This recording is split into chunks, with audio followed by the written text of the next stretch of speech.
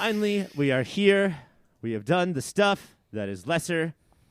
Music, television, double. Horror movies, that's fine. They are films. Film minuses, we will say. But now it is time for the overall movies. My name is Ryan, and I will be your host of not only this preview show segment, but the overall bracket show to see what is the greatest movie of 2023. Quite an honor for me, but I cannot do this alone. I will also be doing this with the guy who brought us the single greatest movie of 1974. Is that what we just did? 1973. Martin Scorsese's here. Greg, do you have a Martin Scorsese? Does he kind of sound like this, Ryan? I love it. I love that. Yeah. Brush your eyebrows up and out, and that'll help. That's because it's me, Martin Scorsese. Hi, everybody. Mean Streets. Now, why would Martin Scorsese say it's Martin Scorsese unless it was Martin Scorsese? Greg, are you ready to kill some movies? Get out of here, Martin. Sorry, I had to shove this weird guy out of the way. Yeah, no, actually, Ryan, I am not. They make so many movies every single year, and it's way more good ones than 16. Way more good ones than 16. So many more. Your compatriot for Movie of the Year, Greg, Mike, is also here. Mike, is that true? Is it more or less than 16 movies? It's more, which is why we do the horror movie bracket. Those are all the more. It's these 16 plus the 8 we'll do for horror. Those are the good movies of the year. Now, on that episode that the best movie of 1973 was covered, Mean Streets, was... Yes. Nate, you are here to help us kick 8 of these movies out and decide the best film of 2023. How's it going, bud? Oh, it's going great. I'm still kind of basking in my win on that episode. I feel like I beat the resident Scorsese expert on the pod, which is cool. Is it cool? I think it's pretty cool, yeah. Yeah, it's as cool as taking your pants off and showing them to girls. Showing your pants? Oh, yeah. I love to show off my pants. They're Uniqlo ankle pants. That's he's referencing Robert De Niro in the movie and not me or something that That's I what means did. reference America. I definitely thought that Ryan was running around doing that. Our Johnny. And making her triumphant return to the pop filter umbrella, still wearing her pants. Kate is here. Kate, how are you? I am so well. I'm so excited to be back. I've spent the last couple of years in sort of a training montage until note the new and improved microphone. So all you built that yourself. Note the shag haircut. I'm a lot stronger than I was before, so look out. Is it true that the mic gave you that haircut? He did not, but he definitely inspired it. That is awesome. Mike's okay, whatever. And Good to see everyone. Bailed on it. I bailed on it. I absolutely openly did. Is it true that you spent the last 3 years watching 2023 movies? Yeah, well, 2 of it was definitely spent emotionally preparing for the process. I mean, I'll be honest, I don't think I've been watching as many movies since the last time we've met. It's definitely not as much. I had to do a lot of catching up when I agreed to do this episode. I realized how few films on the bracket that I'd seen, but I'm making good progress. So, did you remember how to be watch prepared the for some movies? good takes? Oh shit! Buckle in, folks. Takes are coming. The takes are hot, so get your oven mitts on, guys. We have 16 movies, but that's too many movies. I think that there were over 500 feature films that were released in 2023. Wow. We had I don't think that's possible. We had some help from the critics. Check that. Who's the producer that checks these numbers? Jamie, can you get on that? We had some help from critics that narrowed it down to 16, and that's too many movies. So we're going to narrow that right now down to 8, and we're going to spend like 20 minutes doing that. But before we do that, there's 5 of us. We're going to take the bottom 5 seeded movies, and we're going to say we're going to put them in peril and maybe kick them out right now. Okay, so the 16th seeded Passages, the 15th seeded The Boy and the Heron. I have issue saying a number and then seeded. The 14th seeded the All of Us Strangers, the 13th seeded Spider-Man Across the Spider-Verse, and the 12th seeded Fallen Leaves. They could all go right now. What I'm going to do is I'm going to roll these dice, and I'm going to come up with a random order. Okay, and then if you go first, you can pick one of those movies and replace it with any 2023 movie that you want. And what's your favorite movie this year, Ryan? Why are you going to kick it out immediately? I'm going to replace it with After Yang. That's for longtime listeners. Longtime listeners. And Oh, it's After Sun, not Yeah. After Yang. but I did love Nah. I did love After Yang too. So After But I Yang's didn't- dope, man. I didn't wound our friendship by booting After Yang. After Sun and Tuki Buki, those are the two Yes. movies that I hate. But who's keeping track? Just me. Kate, you are up first. It's gonna go Kate, Nate, rate, mate, great. And so Kate, you are up first. Any of those 5 movies, which one is gone right now? Of these 5 movies, I'm gonna go ahead and kick Passages out. I am going to opt in instead for Fremont. Did anyone here see Fremont this year? I've only heard wonderful things. You know, it's a quiet movie, but it's actually one of the most staying films I've seen. And I saw it in the cinema, so it was really cool. And it's a very gentle story, and I'm very big into those these days. So yeah, Fremont. Is it short? What? Is it short? Is it short? I don't think it's short. I mean, it's definitely thin at the beginning. It reads at the beginning like a student film a little bit, but basically, for those who don't know what the plot is, Fremont is set in Fremont, California, obviously. Represent. And yeah, and Dania is from Afghanistan. She's a refugee who worked as a translator for the United States Army and has moved here and begun working at a fortune cookie factory. She, through a kind of a listlessness, finds herself writing fortunes for the company. And that's a perfect setup for a film, in my opinion. And it's only 91 minutes, which is the perfect length of a movie. Perfect. You're right. It is the ideal length. Yeah, that's going to be big when it comes to voting time. Awesome. Okay, so anybody can kick out Fremont if they want to piss off Kate, and anybody can put Passages back, just so Okay, know. we could scoop that back up. Yeah. All right, Nate, you are up next. Okay, what's left that I can remove? Fremont, Spider-Man, The Boy and the Heron, All of Us Strangers, and Fallen Leaves. Let's say goodbye to Fallen Leaves. Thanks. What are you, a gardener? Don't need it. All right, what are we doing? I mean, this is tough because I'm most concerned about one of the other movies on the kickoffable list, but I can't do anything with it because it hasn't been kicked off yet. So I'm gonna throw, I guess, just out of a preponderance of something, I'm gonna throw the best Teenage Mutant Ninja Turtles movie that's ever made onto the list. Oh, Teenage Mutant Ninja Turtles Mutant Mayhem, which is also just a good movie about fine choice. finding yourselves, coming together and Yes. found family and all. It's beautiful. It'll make you laugh, it'll make you cry, it'll make you crave pizza. it's full of perfect performances. Essentially Just the same movie as chock-full. Fremont? Yeah. Okay. Ninja Turtles is on the list. Not the best movie, Ninja Turtles movie, because that was obviously Secret of the Ooze, but that's fine. All They right. do say ooze a lot, though, Ryan. If you remember, they do a whole big bit about ooze. There's milking in this movie. There's no milking in Secret of the Ooze. The world could use less milking. I am up next, and this to me looks like a perfect, unbeatable bracket. I don't know what I'm going to do here. Yeah, can you just leave it static, Ryan? You can. I mean, it makes you a little wiener, but A chicken. Oh, okay. A film cuck. Oh, no. I think what I'm going to do is I'm going to take off Spider-Man Across the Spider-Verse. You can't. Can you do that? No, I'm going to take off a children's film that was a lot worse than that. I'm going to take off Mutant Mayhem.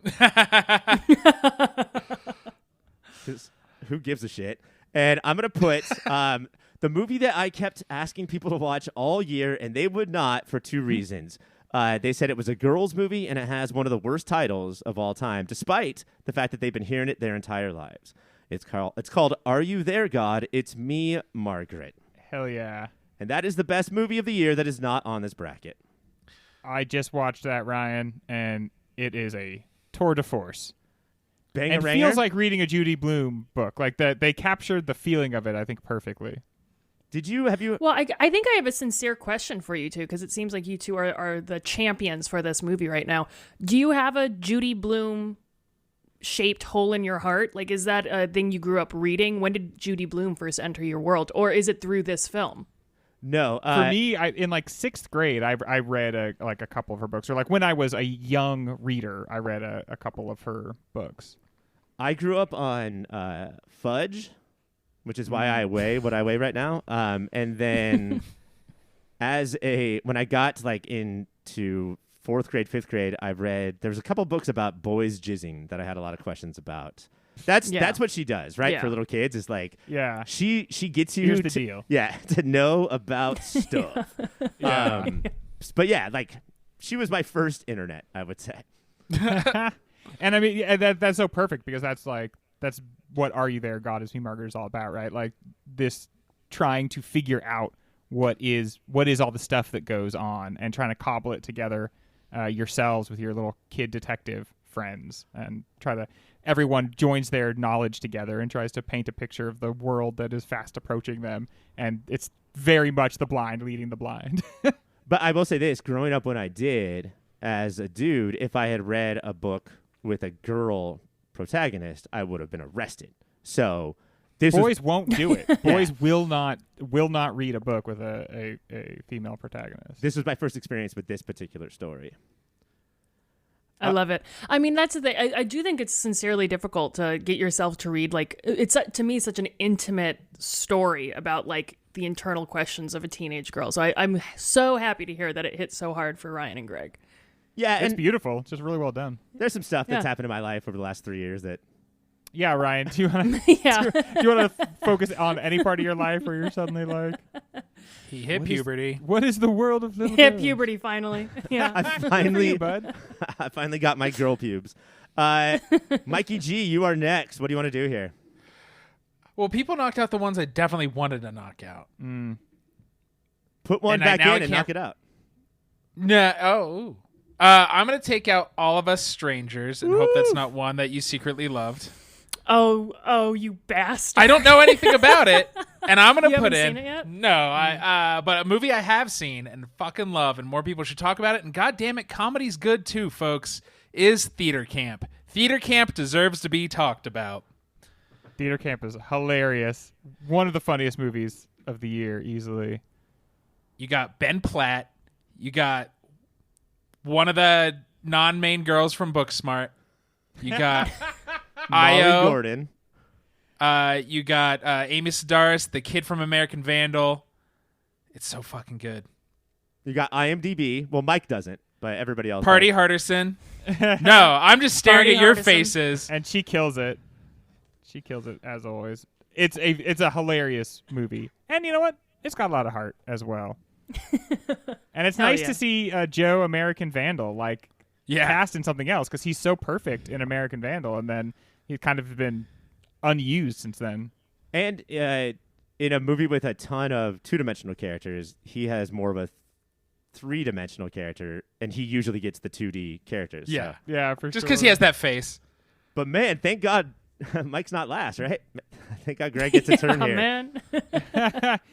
Uh, My turn again? Who's is it? Greg's. It's Think my Greg's. turn. Yeah. Ryan, what is the rule about me just exactly undoing?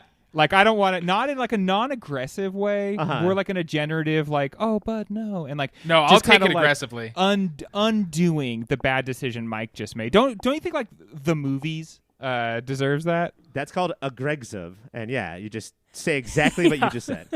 Yeah, because like that was a biggie, that movie that just got taken out. I haven't seen it, but like just sort of like in the research I did, I don't think we want to miss the opportunity to vote that movie out almost at the end of this sentence, because it's not going to actually make it anywhere past this. But I still think it deserves, I don't know, to be in the bracket. Sure. So do you Also, want it's very true, right? Because aren't we all just strangers? You know, like even the people that you know the best, aren't you kind of all just Well, strangers? I didn't think we were, but now that you reversed me, I guess we fucking are strangers, Greg. No. Of course not. That's the thing about this movie year, though. Isn't this all just mutant mayhem?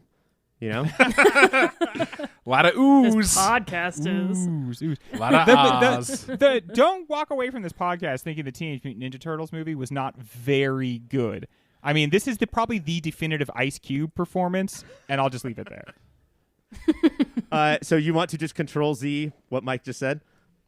Yeah, I want to do All of Us Strangers, and I want to put it. I loved Theater Camp. I loved it. It was so good. There's so many movies, and not all of them have to be like the most important movies to be successful. And Theater Camp was great, and it was important. Like the comedy is important to us. I'm sure it'll live with us for a long time. But I think we're looking for something maybe toothier, something we can. And dig you're into. a bigot.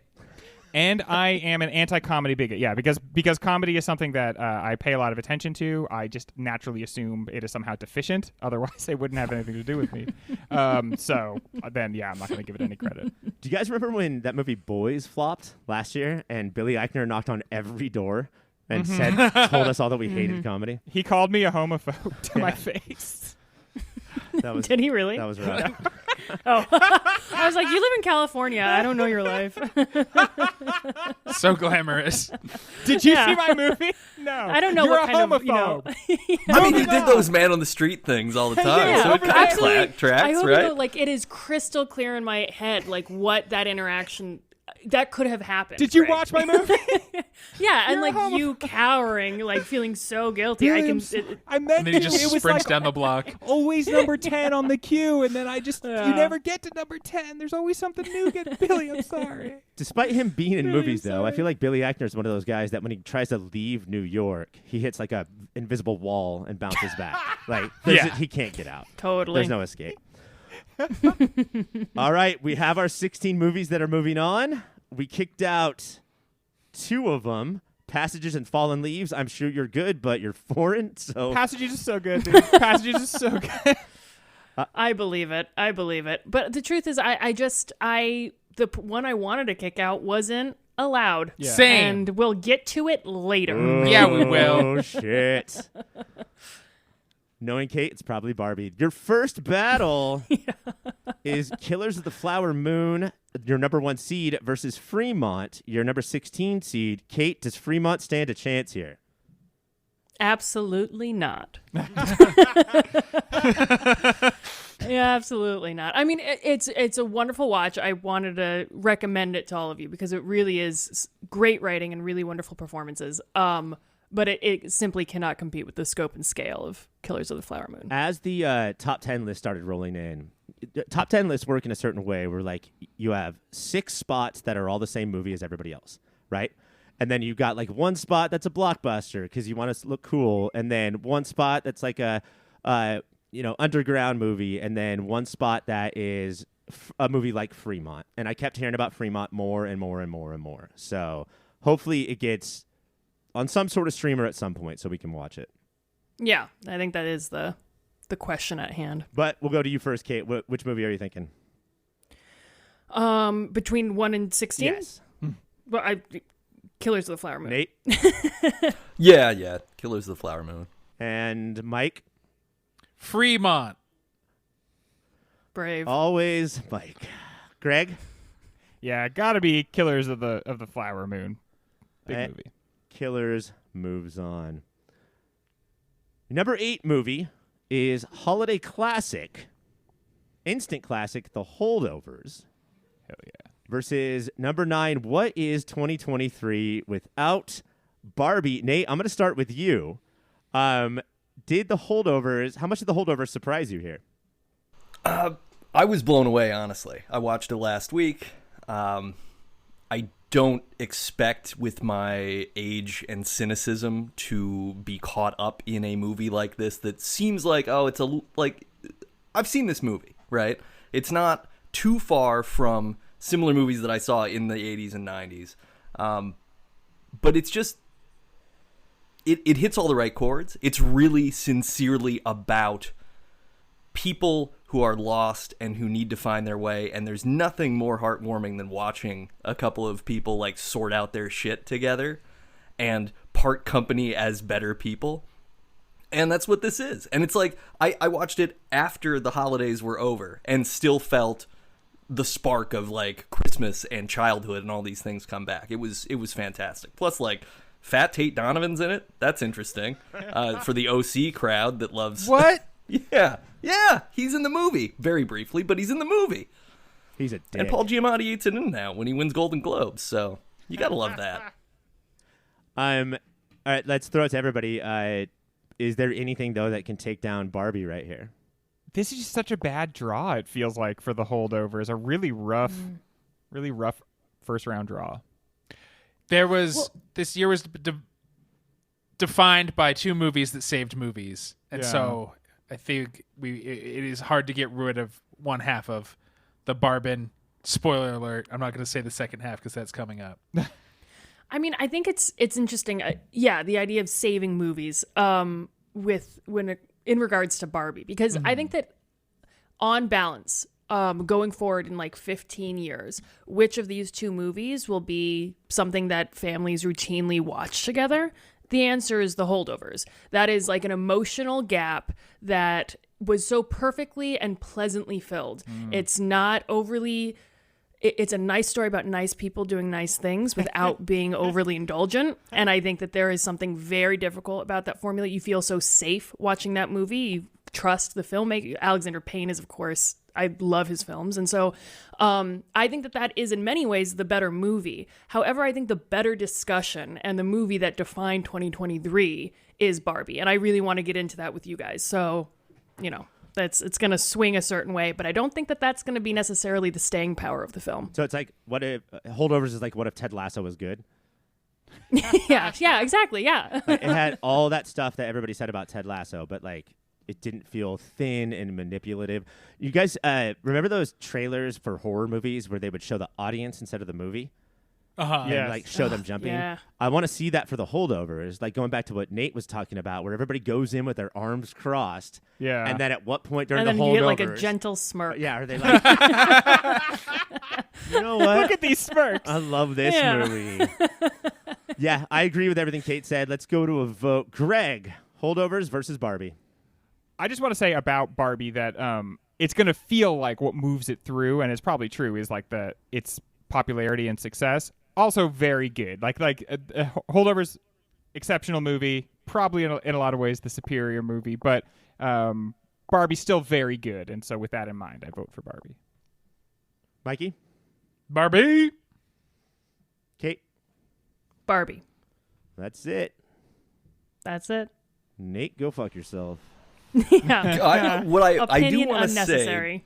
I do want to say briefly, I think that an important thing about the Barbenheimer phenomenon, because You everybody said it. says, Oh, now everybody knows Heimer's on the list. there's all this talk about how these films saved movies, and the truth is no, people and virality saved movies, and you could do this with anything, with the kind of savvy bullshit that people do on the internet. Not that Holdovers necessarily would work the exact same way, but we could mash up all kinds of stuff every summer. To be fair, it's a combination of people and huge budgets and huge marketing budgets. Like the marketing budget for Barbie was almost the size of the film's budget. But Hell yeah. Marketing Not saves to- lives not to- and yeah. saves movies. yeah, exactly. She can do it all. Speaking completely objectively. As somebody unattached to marketing. Isn't it the best? I saw a couple weeks later, two movies came out in the same weekend, and AMC tried to do it again by combining a double feature with Saw Patrol. Tried to do Saw X and Paw Patrol on the same day. Did not go as well. Your number 4 seed is May December. Your number 13 seed is Spider-Man Across the Spider-Verse. Mike, this is a podcast full of nerds, Yes. but it's, I would say, a podcast full of Haynes heads. We all respect Carol and Haynes' oeuvre here. What's this Yes, looking we like? love Todd Haynes. We love Carol. I imagine we all love Julianne Moore. We love Julianne I mean- Moore. Those same nerds who love Spider-Man also love Reggie from Riverdale. Yep. Yeah. Never gonna not mention that. Look, Reggie Spider-Verse gave us Paper Vulture. That was awesome. Let's talk about May December and how Spider-Verse can kick rocks You made it here, Spider-Verse. Isn't that cute? Go ahead. I did. I think I did it. I thought we were supposed to be very quick and succinct here. Yeah, but Well, we don't want to be doing too that. ridiculous. Spider-Verse is a good movie, right? Yeah. You think it was good? Yeah, but maybe we're not like as blown away as we were the first. It's also hard, like when you like redefine animation and blow people away with a thing you've never done before. Sony makes a good Spider-Man movie that you can't do it a second time. You have to like outwow us again, and they just didn't have that. Let's be clear. Sony makes a good Spider-Man movie that has Spider-Man because they also made like Morbius and Right. My Right. favorite Spider-Man movie. My second favorite coming out soon, Madam Web. Remember yeah. when people made fun of Morbius for so long that they made it? They were like, "Should we just release it again?" And then like 8 people saw it the second time. It's Morbin time. It's more. yeah. I also am. I mean, this is stupid because we're on a show right now, but like I'm a little bit hesitant to talk about May December because I love it so much, and we're gonna do a show on it soon. And I want. They told your story, and you loved that. Yeah. Oh, ha ha ha. My wife is 74, and Yeah. A young 74 though. Oh yeah, she can get it. she can definitely get it, as she tells me. But yes, great achievement. But May December is why I go to the movies. Yeah, it's like it's designed to be talked about. You, Exactly. Yeah, you I want to would have say big that- long conversations about it. Yeah, I that is a movie to chew on. I wouldn't necessarily say that it's I don't know. I go back and forth because I love that filmmaker. I love everyone involved in that project, but it does toe the line in a really brilliant way of this kind of like melodramatic soap opera. You almost aren't totally confident in the control the film has over the story it's telling, but it's so baked into the way it's telling Yeah. the story. I'd love to talk about it with you guys. So Yeah, I mean, like I'm here for May, it's December. cheese, but it's like that real expensive stinky cheese. You know? Yeah, that stank. Got that good stank on it. They say Yeah. craft singles. It's like, yeah, they meant to do this. That's what you keep saying. Like every choice the movie makes, like they meant to do this. This was a choice. This is for me to think about my response to. Yeah. Your number 7 seed is Poor Things, Yorgos Lanthimos' movie about a doll that comes to life like Barbie. What? Those two should fight at some point in the movie bracket, not in real life. Your number 10 seed is hometown hero Kelly Reichardt's showing up. Nate, months ago, I declared, or I predicted, not declared, that Poor Things would be this year's movie of the year. Does that affect your voting at all? Yes, absolutely. I am always listening to your predictions, and I mean, I read what you say on the internet to determine my horoscope. I don't even believe in astrology. It's all I said this to Mike and Greg in the privacy of my own home. I have people everywhere. What the fuck, dude? It's me. I texted him. Yeah. He pays me weekly. We're Sicilians. It's a thing. We Yeah. gotta keep it together. Our people stay in Paisan. touch. Wow, we do have a strong Sicilian contingent in Oh, here yeah. today. Like we always do. Yeah. We're invading. Oh, we're gonna break your Ethnic legs. majority. Hell yeah. I know you guys have like all of this connection to like mafia and shit, and this is how you use it. Yeah. Yeah, I know. My poor This is how we grandfather. show you that we're using it. We're doing a lot that is behind the scenes. So much soft power. Ryan, I liked Showing Up. It is an interesting movie. It is a challenging movie. It's slow, and it definitely works against your conventions of like when scenes would cut, and like how much narrative force is exerted by the filmmakers on the audience. But I think we should ultimately- say that this is a diehard Reichert fan saying that it was a slow, Right. Not like a first time Reichert. Yeah, I love Reichert, and I think that she is exploring the space of slowness and making allowance for herself and for the performances of her I'm actors. constantly exploring the space of slowness every morning. But it is a challenge for a modern audience. In some ways, I think it's a challenge. This movie wants to defy conventions, but not in an in-your-face way, in a very like just matter-of-fact way.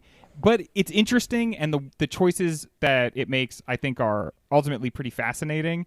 It's a shame that it's going up against what feels like one of the really big movies, especially for this podcast, because it's a little hard to argue against Poor Things, I think. Even though I saw showing up and I it gave me a lot to think about, it just feels like I don't know, like it's not going to be as fruitful as our discussions about Poor Things could be. It's a lot like, look at this part of the sky where there's fireworks, or look at this part of the sky where there's no fireworks. Like, yes, that part of And the think sky about is that. beautiful. And think Yeah. about that. Yeah, it's And like write about it. when people say like when you listen to jazz, listen to like everything that's not being played.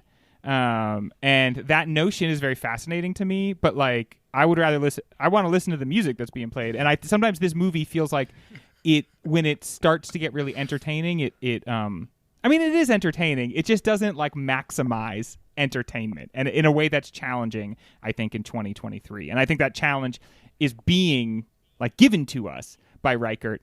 And it's hard to live up to it sometimes. My phone's right there. Okay, so Lanthimos versus Reichert, a really harsh battle for us. Nate, let's start with you. Poor Things versus Showing Up. I'm going Poor Things. Yeah, I like Yorgos. I like Frankenstein's. I'm in. Sexual Frankenstein. Starting a You like rap. Frankenstein stories, yes? Not monsters. I mean, sure. Yeah, we'll say that. I was referring to the family. I love the Frankensteins. Great family. They're good neighbors. Greg? The whole time I was watching it, I was hoping someone was going to go, I guess this is Showing Up, and nobody does. So I'm going to go with Poor Things, because there's a chance somebody does in that movie. I guess this is Blow your Poor mind. Things. Mike? It's my favorite director up against the director of one of my favorite movies of all time. Yeah. But I have to... Yorgos, he touches the weird part of my heart, man. I fucking love that weird Greek. All right. Poor Things moves on. Your number 3 seed is early 2023 favorite for Best Picture, Past Lives, versus number 14, All of Us Strangers, a movie that was kicked out of the bracket and then brought back to life by its hero, Greg. Past Lives is the story of 2 kids who fall in kid love and then are separated. But it's real love, Ryan. They're kids, but they fall in real love. Okay. So they're both groomers. They groom each other like monkeys do. And then they reconnect on Skype years later. All of Us Strangers is about a guy who tries to reconnect with his past as well. These movies are identical, as all movies are. Greg, we'll start with you. You explain to me how these movies are identical, but don't use the way that I said. Is our past a real thing, and how are we connected to it? What reality binds us to the people we were so long ago that person as a child now? I think that Past Lives spoke to me because my heart was always ready for love, and when I was really young, I think I was still ready to fall in love with somebody. And so when I saw a movie about that, and then those people being pulled apart and then finding their way back to each other a couple different times, but then life, a lot of life happening in between those, it's just such a profoundly beautiful, haunting movie. And I don't know, for me, this is probably my best movie of the year. Okay. Probably don't need to vote for Greg then. All of Us Strangers is quickly, the stock is moving up. We have Hot Priest, who is probably going to get some acting nominations here. Well-deserved. Excited to see it. Also, Paul Mescal from After Sun. I don't know if you guys have seen that movie. Never heard of it. After Sun. He's also Gladiator 2. I believe that is his character's name in the film Gladiator 2. Cannot wait to see those two together. All of Us Strangers. Anybody have any more thoughts about this before we go to vote? One thing Yeah, I have some pretty strong thoughts. go. Kate. Let's do it, So, Kate. Greg, don't worry. The strong thought will stay. What was your thought? I just wanted to say, since we haven't totally talked about what All of Us Strangers is about, one thing that is sort of interesting about All of Us Strangers is he goes back to his childhood home, and his parents are there, the age they were when he was a child, like the age they were when they both died. And the movie preview tells you this. So the idea of like what's real and what's not, which was like so much of movies this year, what is reality? And we even had a movie called Reality. And so I just think that's an interesting like side note about what that movie is about. And it's very like forward about that. That's what goes on. There's something magical or a little reality breaking about what he's going through. Kate? I think that of all of the, I think this is the most unfair bracket on the table tonight. Just because these are two incredible movies that moved me very, very deeply, and that, like we said, are speaking about very similar things, but in different ways, very different lives that are being returned to. Past Lives is nostalgic in a very truthful way, and in a very beautiful way. And it's such a beautiful depiction of language in cinema and in understanding. And I will also say that it's some of the most perfectly paced dialogue I've maybe ever seen. The conversations that you see take place on screen feel exactly like the conversations that would play out in real life between real people.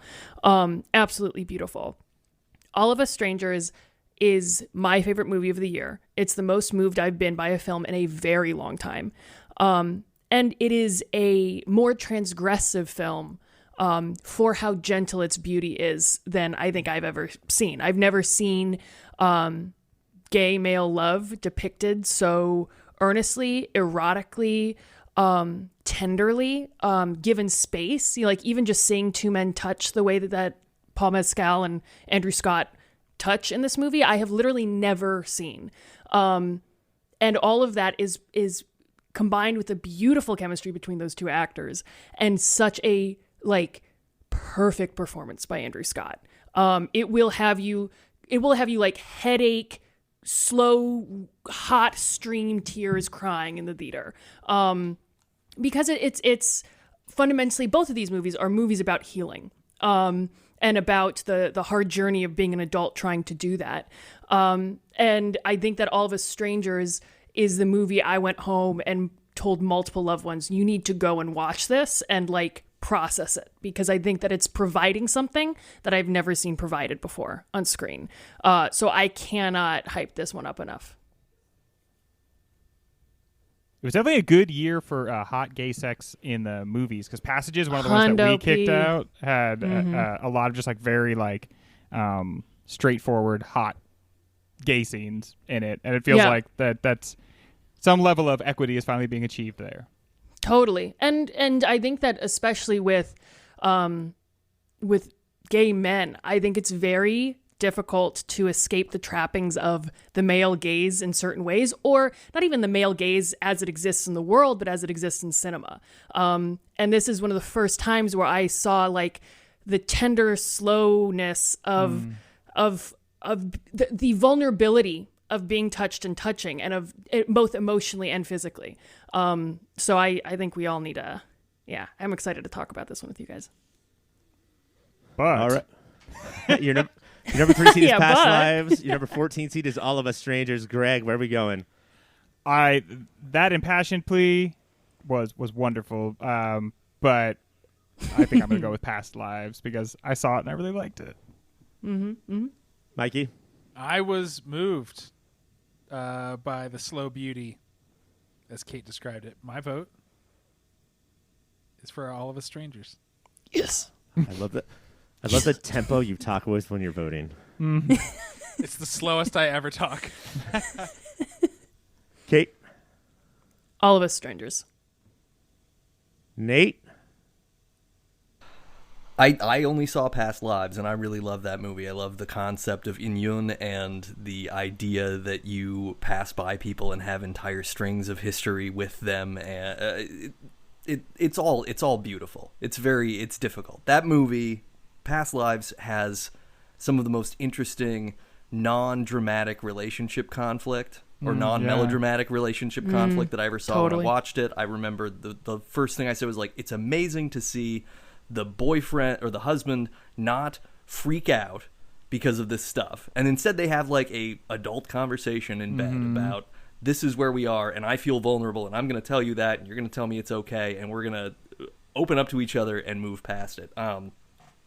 It's really tough. I'm just gonna throw it to you. You have to vote. It's past the lines for me. Oh, I don't know what I was about to yell at you. The amount of trust that Celine Song has in her audience as a first-time director to not fill her conversations with all of the sparks and whistles that so many first-time directors think movies have to have, right? That like, no, we have to have screaming, we have to have throwing glass, we have to have vases thrown, and like that's why we don't have nice things. Like the amount of trust that she has is, I think, phenomenal. I have to just say to everyone, including myself, please go see All of Us Strangers as soon as possible. But Past Lives does move on. Fair. It's a great movie. I look forward to talking about it. I think you guys are going to see All of Us Strangers and feel equally strongly. All right. But that's for another day. And still, we have not talked about the movie that you hated, Kate? No. Oh, okay. No, we have not. Oh, I know I what have it a is. guess. Yeah, you know what it is. Your number 5 movie is The Zone of Interest. Your number 12 movie is new to the bracket. Are You There, God? It's Me, Margaret. The Zone of Interest is a Holocaust movie of a sort. Starring Sandra Huller. It is Jonathan Glazer, the guy who did Under the Skin and Sexy Beast. And Are You There? Huh? And Delocated? That's the guy who... That's the dentist from Parks and Recreation. Yeah. John Glazer. John Glazer. What a career. I'm sorry I do the things I do. Yeah. Their names are the same. I do get them mixed up. Yeah. When I saw that, I was like, no way. And then I looked and I was like, okay, yeah, no way. He's also the guy who puts donut frosting all over bathrooms. Gross. Awful. Why would you do that? Are You There, God? It's Me, Margaret. We've already talked about. So let's talk about The Zone of Interest, guys. What is an award season without a movie set in World War II? How But this is pumped interesting are because we? it's like people building their dream home like adjacent to the concentration camp that like the family members work at, am I getting that right? They go to Heavy. work and do whatever you do at a concentration camp and then come home and build their house with the money they earned. That's what the money's for. That's what the money's for. Wow. Versus Are You There, God? It's Me, Margaret. A heartwarming tale about embracing change and growth in an unsteady world. You don't Right. think so? All movies are the same because that's also what the Nazi families try to do. Just trying to build a home together. I know that he's only made 4 movies. The 4th one that we didn't mention is Birth with Nicole Kidman, where she thinks that the spirit of her dead husband is in a little boy. Oh, wow. But I do think that he is one of our best filmmakers. I think that Under the Skin is like, along with Annihilation, is like the 2 most influential sci-fi movies we've had in the 2000s. So yeah, I think that anything he does needs to be moved on. You know, I just think that, like, I know that the premise is scary. I know that it's going to be hard to watch, but like, and I know that I really wanted Are You There, God to be in this bracket, but like, I just think that Glazer is that big of a talent. But we shall see when we look at Greg. Where are we going, Greg? I loved Are You There, God? It's Me, Margaret. The performance of the children in this movie, very impressive. In fact, we had a lot of good child performances this year. But I'm so interested in Zone of Interest. And it just feels like a very important movie. And again, another one of these movies that would be really nice to talk about. And that's what we do. Mikey? I'm so glad that we've moved beyond, like, legally we have to have a World War II movie in the Oscars. But I'm glad we've moved beyond Nazis bad. And let's... Well, we have not moved beyond what's that your position? sentiment. What's the position that we're taking? We No. still totally think that, though. Yes. But I'm saying it's not a movie's job to only show us how they're monsters. To be uncomfortable and seeing how these monsters have human lives is going to be, like I said, uncomfortable and fascinating. Do you know what? Like as much as a voice as Glazer has, it does sound like we're getting to Yorgos movies this year when you hear that premise. Yes. Oh, Doesn't for it? sure. Totally. So, Mike, you're going for Zone? Yeah, my zone of interest is on Zone of Interest. Okay. Kate? I saw this yesterday actually, and it's fascinating. A lot to chew on and a lot to talk about. It's hard to we have 2 German films in this episode that we're working on right now, and I know I'm not supposed to talk about the next bracket, but it's definitely informing my decision in this moment. I'm really just in the Zone of Interest, but I also think that Are You There, God? It's Me, Margaret could be a fun mixture, a slightly different take on Best Movie of the Year. So I'm gonna throw my hat in that ring. Are You There, God? It's Me, Margaret. Nathaniel? I think that Movie of the Year is too apolitical most of the time, and talking about Zone of Interest can only provoke a deeper discussion about what's happening in the world right now with wealth and proximity to lack of wealth and all sorts of things that I don't have to get into it right now, but I'm saying if that's what you want, Zone of Interest. That is a good point, Nate. Most listeners write in and say, my biggest complaint is I can't tell your guys' politics. You guys really keep that under a hat. Most listeners are like, did you guys vote for Trump twice or just the once? He's still our president. Thank you. we have the badge of honor of the word woke being used in our reviews. All right, and finally, it comes down to this. Your number 6 seed is Anatomy of a Fall. Your number 11 seed is Asteroid City. And I have no choice but to start with Kate. One of these movies is her favorite movie of all time. One of these movies is her least favorite movie of all time. I cannot believe how little I felt or even really saw watching Asteroid City. Oh yeah, she likes emotional attachment. It's got to be. I Asteroid like City. emotion. There were no stakes in this film. Not only that, it's not really that pretty of a film. And I'm from the desert. I have very, very strong feelings about a beautiful rendition of a desert landscape.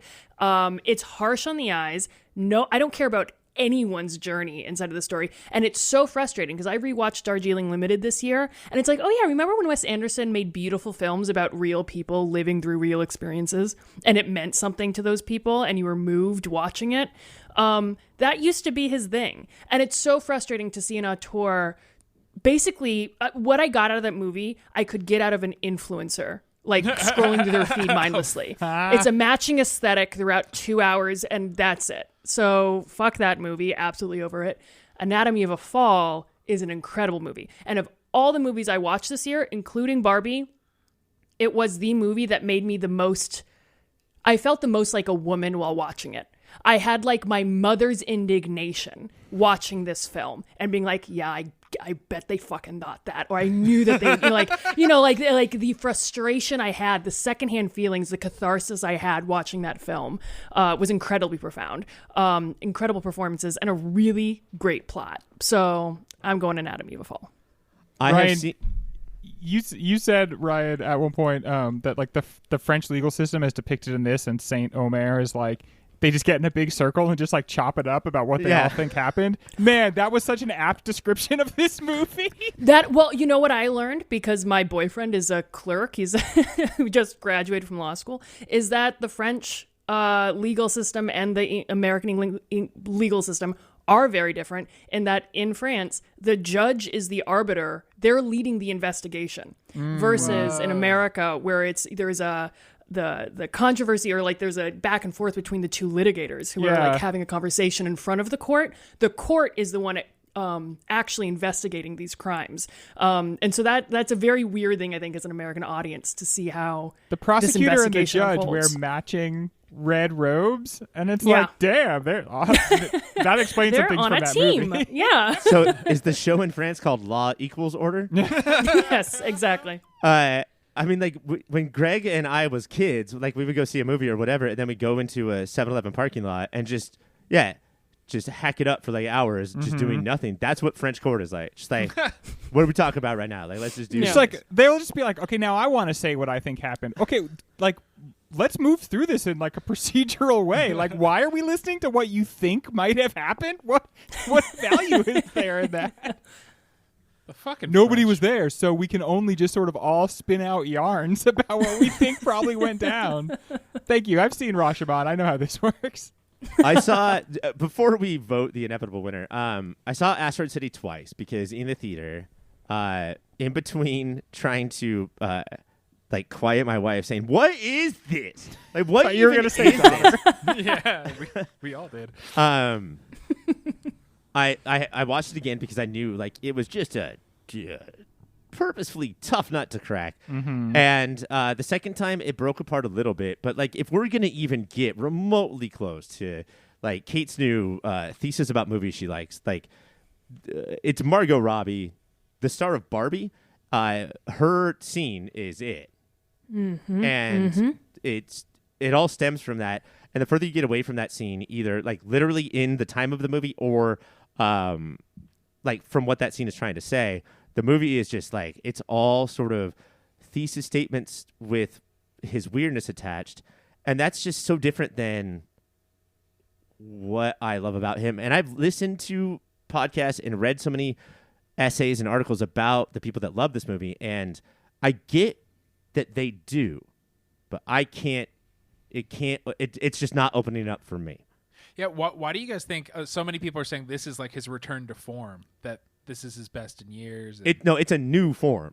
A return to form is crazy to me. Yeah, I agree with that. I mean, this is him like fully embracing artifice and exploring purposefully, intentionally exploring the non-human elements of his art, I think, and pushing it into the most abstracted planes possible. It's just, personally, is that as appealing, a prospect as what he normally does? Outside of being appealing, is that the most effective art?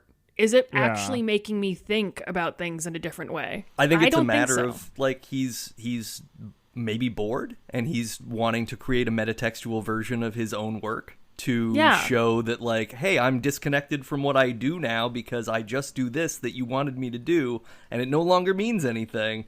So I'm like all these genius kids that have to go to the desert because they're not accepted anywhere, I guess. I don't know.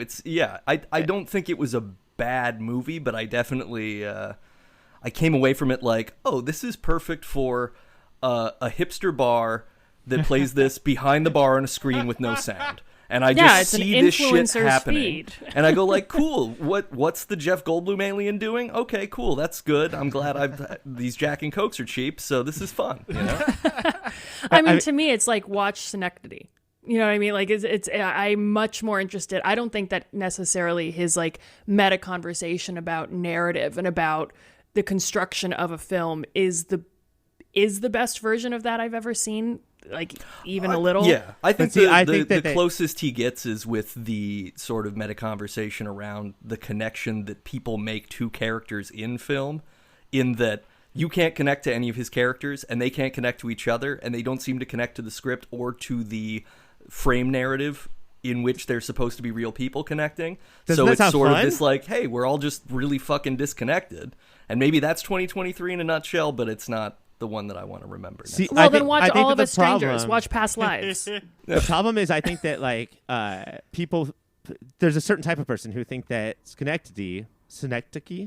I can never get it right. I knew I said it wrong. Synecdoche. Yeah. I wish it was pronounced Synodoche because that looks like such a nice fun word, but it's really not. It's like a Brechtian version of the whole, or a holdovers version of Brecht, where like it comes with all the warm fucking feelings and the point written right there for you.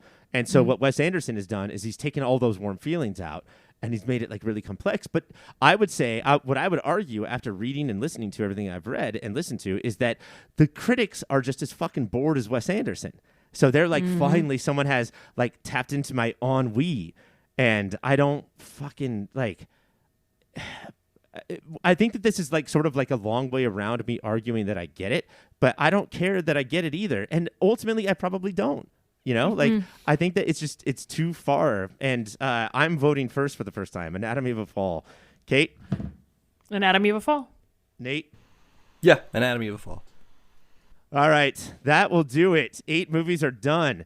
In our final film bracket, Killers of the Flower Moon is facing off against Barbie. May December is fighting Oppenheimer. Poor Things is fighting Past Lives. And The Zone of Interest is fighting Anatomy of a Fall. That's... Ooh, good brackets this year, guys. I'm excited. This all good feels films. like it turned out how it was supposed to turn out. Fix. Adam Silver was somehow involved. The NBA did this. But yeah, I think it was worth it to do this, to talk about those movies and that we talked about. Please go see all those movies that got some of those movies that got kicked out. But yeah, does anybody right now have strong feelings about a winner? Anatomy of a Fall. I think we're gonna get so jazzed talking about an Anatomy of a Fall, a movie you could literally talk about for probably like 25 to 30 hours and still leave the conversation and be like, we didn't even talk about that one weird scene. What was that? So yeah, I think that's what it's gonna be. Do you guys I'll second Greg. I think that, I mean, all of these films are going to be worth talking about, are going to be really interesting to have a conversation with you guys about.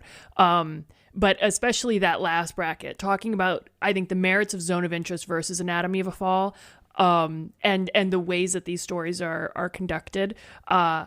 It's going to be a lot to chew on, and it's going to be conversation I haven't heard yet. So I'm really looking forward to having that with you guys. Having podcast with Greg, Mike, and Nate for a year. Just put Mondo Gecko on. You don't have to put the whole movie. We'll find a way to get Mutant Mayhem back in the bracket so and have fun. it win. So we need to be vigilant. We Point need of to be order, strong. Ryan. I'd like to make a procedural amendment to get Mutant Mayhem put into the bracket. You'll see my French paperwork court, is in order. French court. Yeah. I love his vibe. Maybe we should be heroes instead, bro. That is it. That is our 8. I'm very excited to watch or rewatch all these movies and dissect the shit out of them with you guys. That's it for us. We will see you in a couple weeks. That's it for the preview show. Thank you to Greg and Mike and Kate and Nate and Taylor and Cassie and Caitlin and McKenna and everyone who took all of these works of art and treated them like shit that we took and broke over our knee and barely considered just for minutes. My name is Ryan. For all the Pop Filter here, we will see you next week.